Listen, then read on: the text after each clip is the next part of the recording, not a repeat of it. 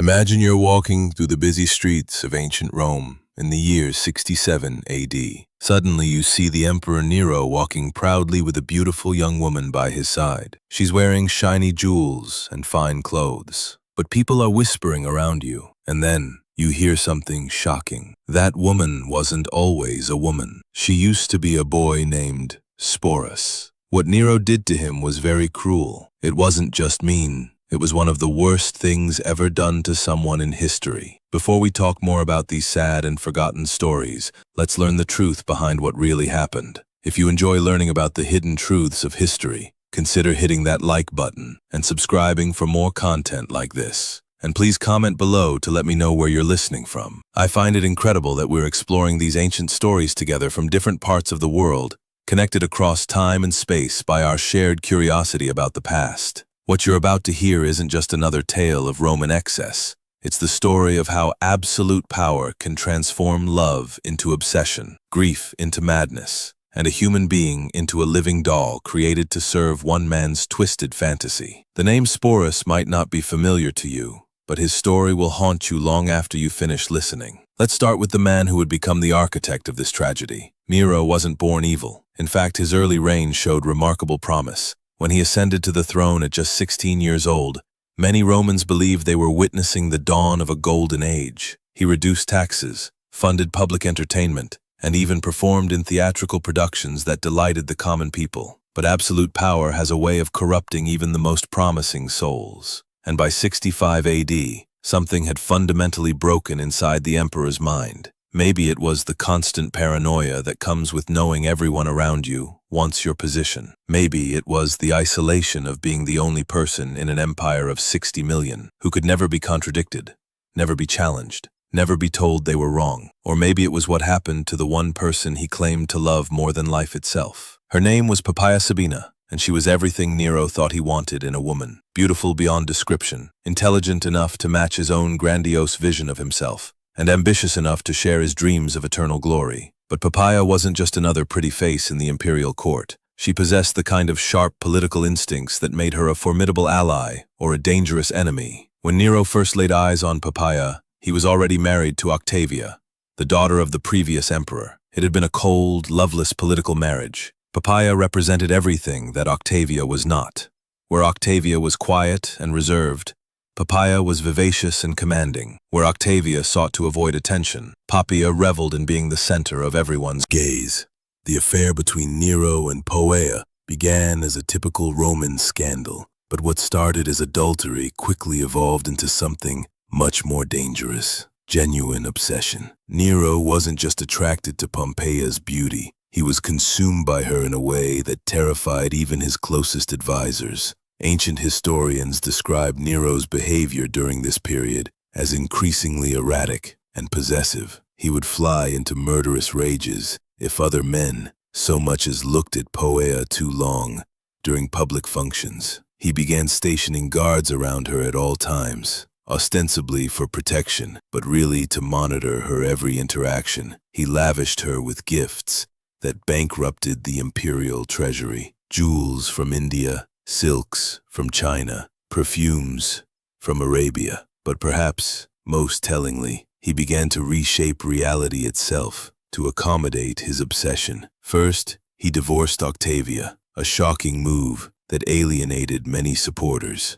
Then, he announced his intention to marry Poppaea in a full imperial ceremony. The wedding was a spectacle of unprecedented luxury, with Nero sparing no expense to demonstrate his devotion. Even marriage couldn't satisfy Nero's need to possess Poppaea completely. He began to isolate her from family and friends, surrounding her with people who owed their positions entirely to his favor. He commissioned dozens of portraits and sculptures of her, not just for public display, but for his private chambers, so he could look upon her image even when they were apart. Ancient sources tell us that Nero would sometimes spend hours simply watching Poppaea as she went about her daily activities. This wasn't romantic devotion. It was the behavior of someone who had confused love with ownership, who saw another human being not as an independent person, but as a beautiful object that existed solely for his pleasure.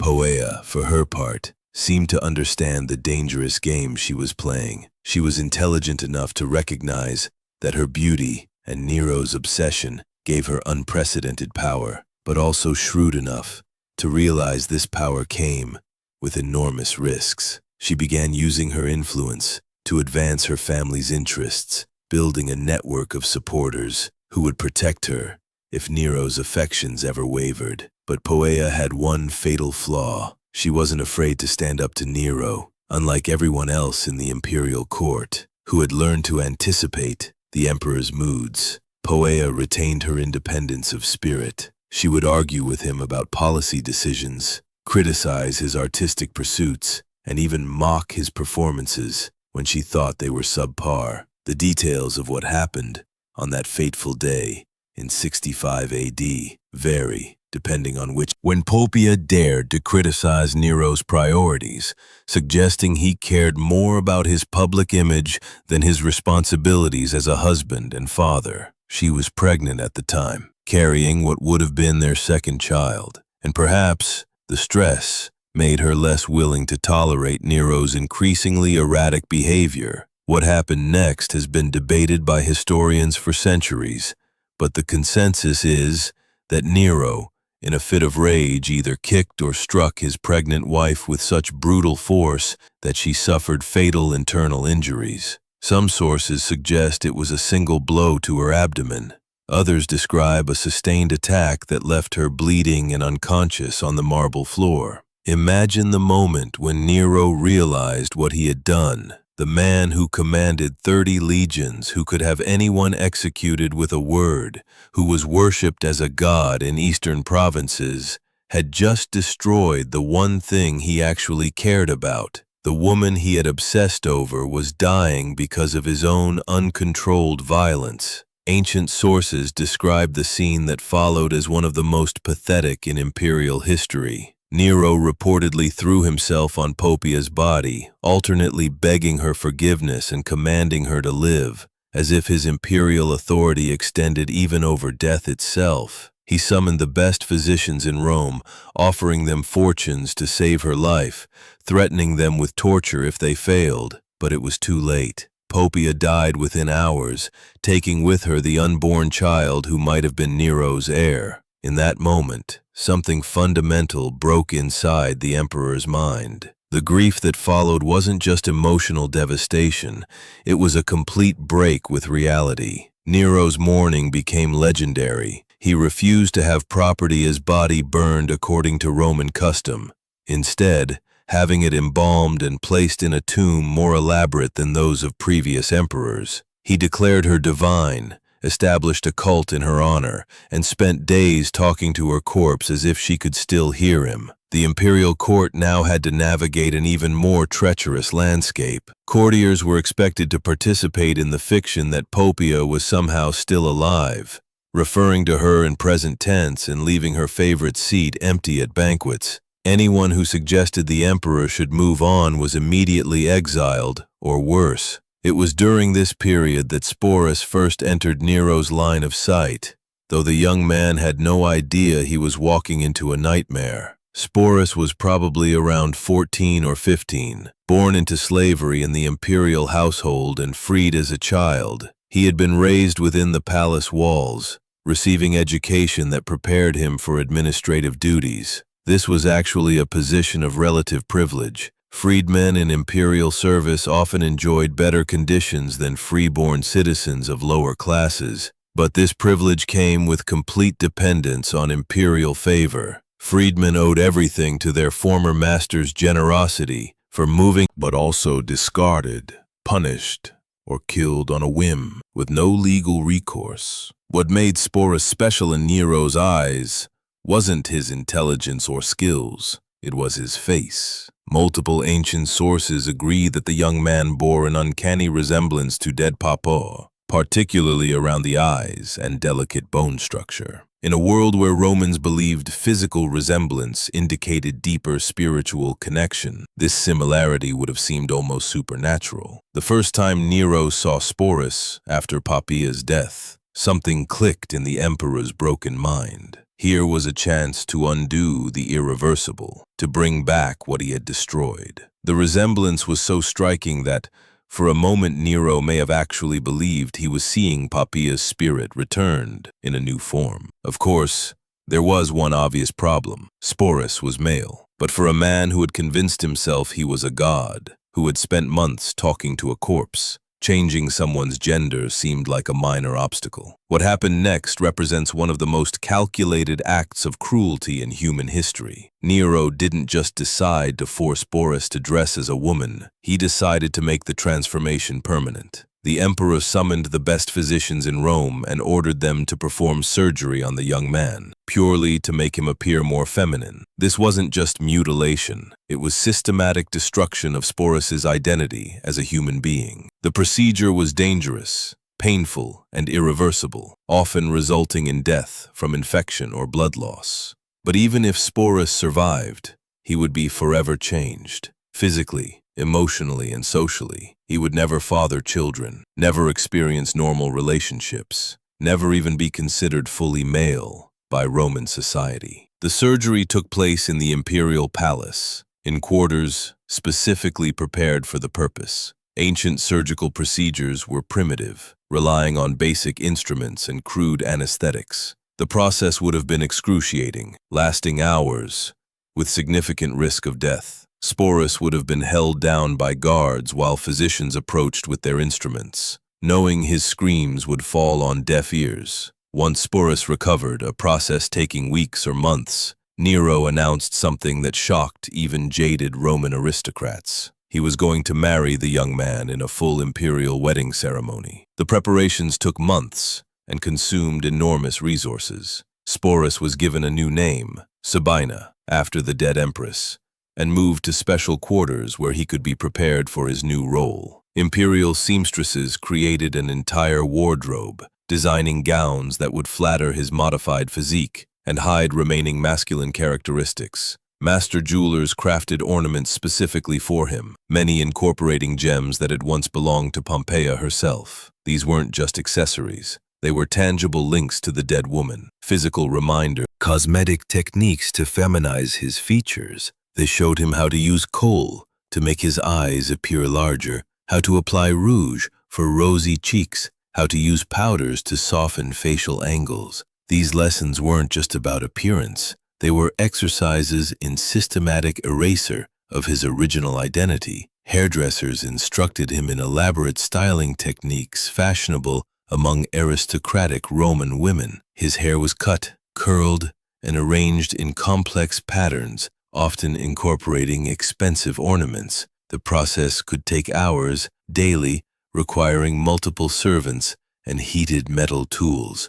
But perhaps most psychologically damaging were lessons in feminine behavior, and Sporus was assigned tutors who taught him how to walk, sit, and gesture in appropriately ladylike ways. He learned how to hold his hands, position his feet, arrange his clothing when seated, and move through space, conveying grace rather than masculine strength. Voice coaches worked with him to modify his speech patterns, teaching him to speak in higher tones and adopt linguistic mannerisms associated with feminine discourse. This was perhaps the most challenging aspect, as vocal patterns are deeply ingrained and difficult to change consciously. Can you imagine the psychological torture of this transformation? Every day, Sporus was forced to look in mirrors, reflecting back a stranger wearing his face. Every lesson in feminine behavior reminded him that his identity was being systematically erased.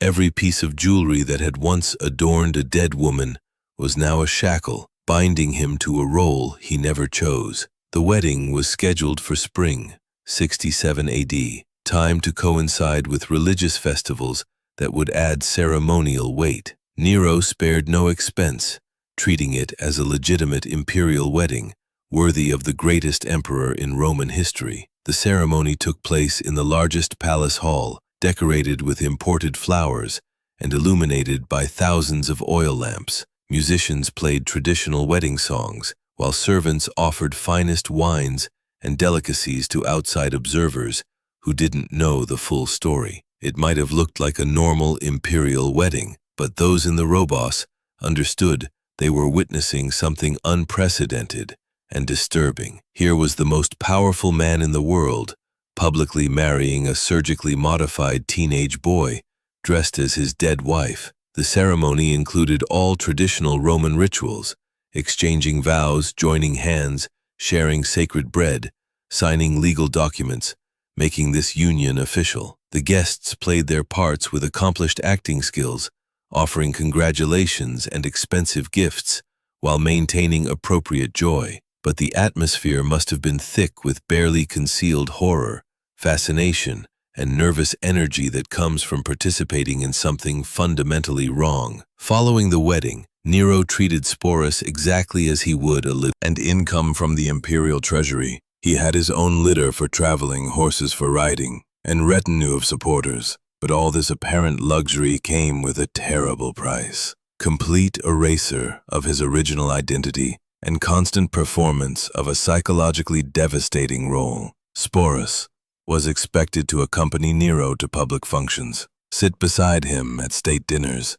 and play the devoted wife in all interactions. This wasn't just about appearances. Nero genuinely seemed to believe he had successfully resurrected Poppaea. He would call Sporus by his dead wife's name, reminisce about shared memories that had never happened, and expect responses. Maintaining the elaborate fiction for Sporus, every day became a high-stakes performance where the slightest mistake could mean death. He had to remember not just how to look and act like a woman, but how to respond as if he were popular herself. When Nero mentioned events from his previous marriage, Sporus had to react as if he remembered them personally. Ancient sources describe Sporus as becoming increasingly skilled at this deception, developing an almost supernatural ability to anticipate Nero's moods and respond appropriately. But they also note he grew more withdrawn and melancholic as time passed, though he continued playing his assigned role perfectly in public. The psychological strain is almost impossible to imagine. Every morning, Sporus woke in rooms decorated to remind him of a dead woman he'd never met. Every mirror reflection bore no resemblance to his original appearance. Every conversation required pretending to be someone else. Having memories and experiences that weren't his own for over 2 years, Sporus lived this bizarre existence. But his ordeal reached new heights when Nero decided to tour Greece. The emperor fancied himself an artist and was eager to compete in Greek festivals, where he believed his talents would be properly appreciated. Naturally, Sporus accompanied him, displayed to foreign dignitaries as the Empress of Rome. Imagine Greek aristocrats trying to make sense of their conqueror, traveling with a teenage boy dressed as a woman, demanding everyone treat this obvious fiction as reality. But by 68 AD, Nero's excesses had finally pushed the Roman establishment too far. Rebellions broke out across the empire, led by governors tired of the emperor's erratic behavior and neglect of governance. The Taurian Guard declared opposition to Nero's continued rule, and the Senate condemned him as an enemy of the state. When Nero finally fled Rome with a small group of supporters, Sporus was among them. Even facing death, the emperor couldn't leave behind his living reminder of Poppaea. They holed up in a villa outside Rome, waiting for either rescue or capture, while Nero alternated between grandiose escape plans and theatrical preparations for suicide. When word came that enemies were closing in, Nero finally chose death over capture, but his suicide left Sporus incredibly vulnerable.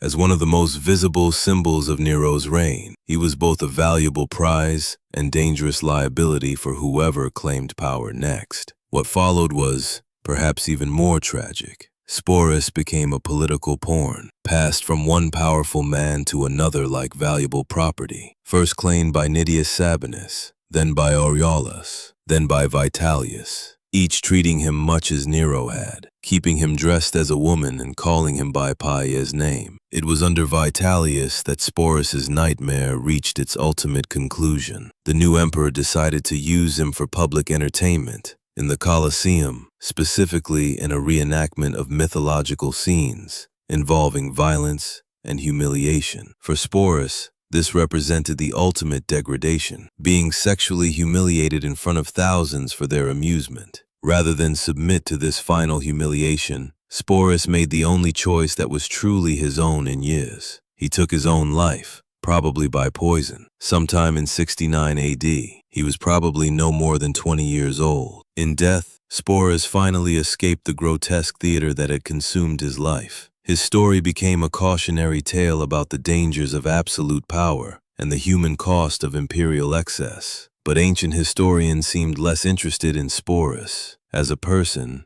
than as a symbol of imperial decadence. What makes his story so haunting isn't just the abuse he endured, but how he was systematically stripped of identity and agency. From the moment Nero decided he resembled Poppaea, Sporus ceased to exist as an individual and became instead a canvas for the emperor's twisted fantasies. The fact that Sporus chose death over further humiliation suggests that, somewhere beneath the layers of forced femininity and imperial conditioning, some spark of his original self has survived. His suicide was both tragedy and who endured years of psychological and physical abuse, who finally chose death over further degradation. His story deserves to be remembered, not just as a curiosity from ancient Rome, but as a testament to both human cruelty and human resilience in choosing his own death. Sporus reclaimed the one thing denied him throughout his adult life: the power to make his own choice about his fate. His story reminds us that behind every historical narrative of imperial grandeur, there are individual human stories of suffering and survival that deserve our attention and our compassion, even across the vast gulf of 2,000 years.